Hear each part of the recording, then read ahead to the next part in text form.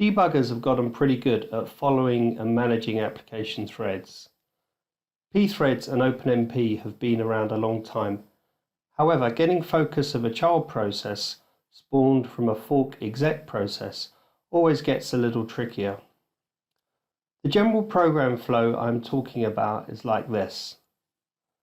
The fork function creates a new process, and this process goes off to exec something. Then, when that is done, the process ends, and the parent thread, which is often waiting for the child to do its thing, resumes execution. The challenge is that with most debuggers with no additional setup, you'll find yourself essentially trapped in the parent process. Any breakpoints or other application points in the child process will not be seen by the debugger. Let's look at an example from the Geek Stuff website. I've touched up the code cosmetically, but they deserve the credit for this example, and I've retained their original comments. After some includes and defining a global variable, we get down to the interesting stuff, calling fork. This creates a new child process, returning 0 if it was successful. Now we have two blocks of code. At the top, where child PID is equal to 0, we increment the variables,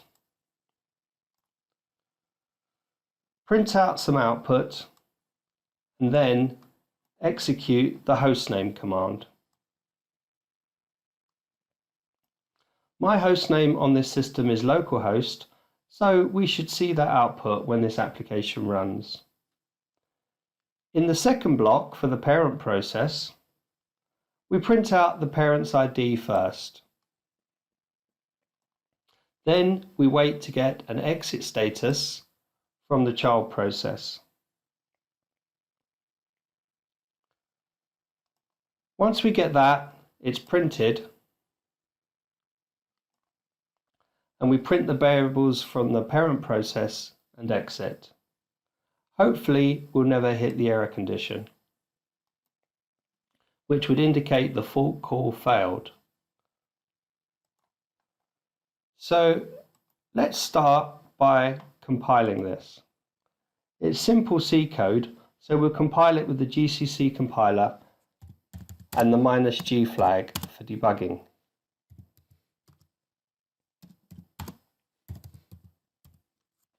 It compiles, so now we can run it.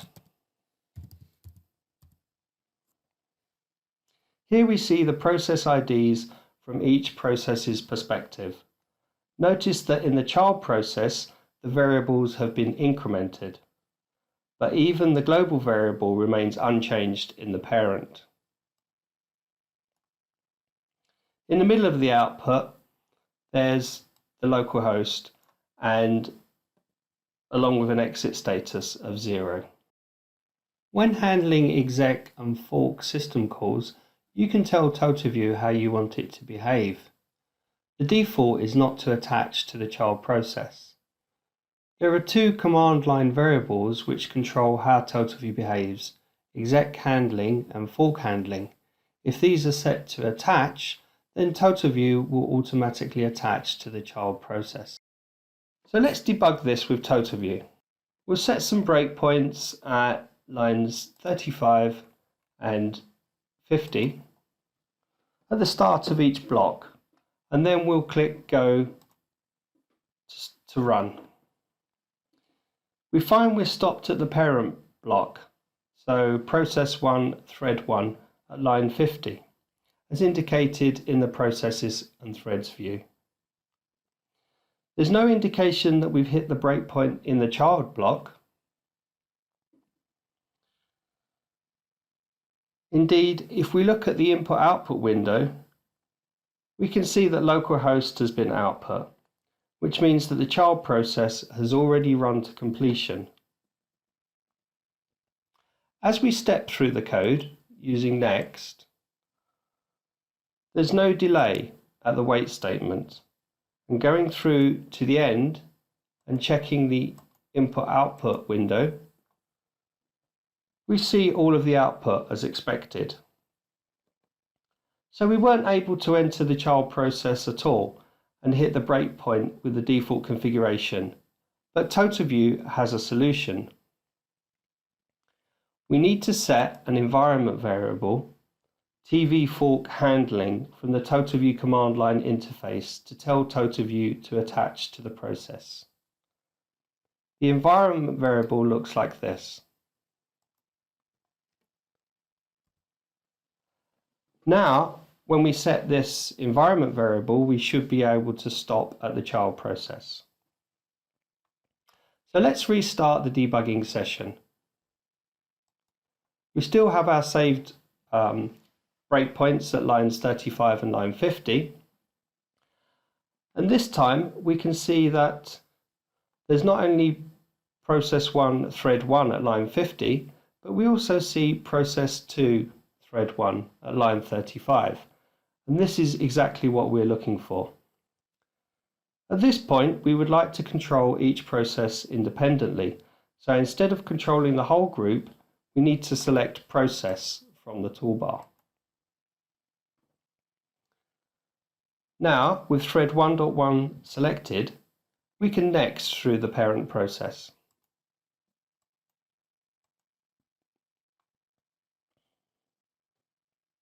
Notice that it looks like we're stuck at the wait command.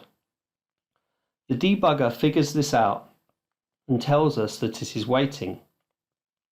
We can cancel the dialog to get control back, which drops us into the wait function, but we don't have the source or debug symbols for this code, so there's not much information here. The child thread is still stopped at the breakpoint, and that is what the parent is waiting for.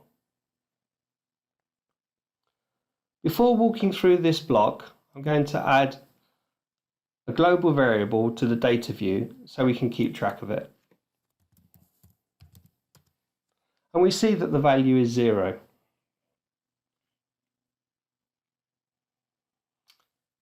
Now, when we step through the child process, we increment the local variable and the global variable. We print out some values, and then we execute the execv command calling hostname. We get the option of stopping the thread that is about to exit. If we had any more debugging in this scope, we could stop it, but I'll let it continue because this is what the parent process is waiting for. So the thread 2.1 has left the code block and has done all its work, and we see that the child process has gone away completely, but our process 1.1 is still stopped waiting at the wait command. We can get it going again by pressing next a few times.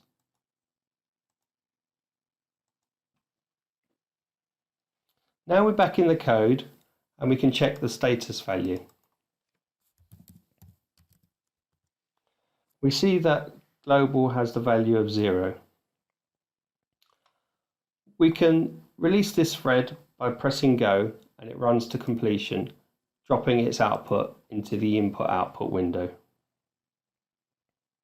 So in summary, while debugging fork-exec can sometimes be tricky, robust debuggers like TotalView will have tools to be able to help. More details are available in the online user guide.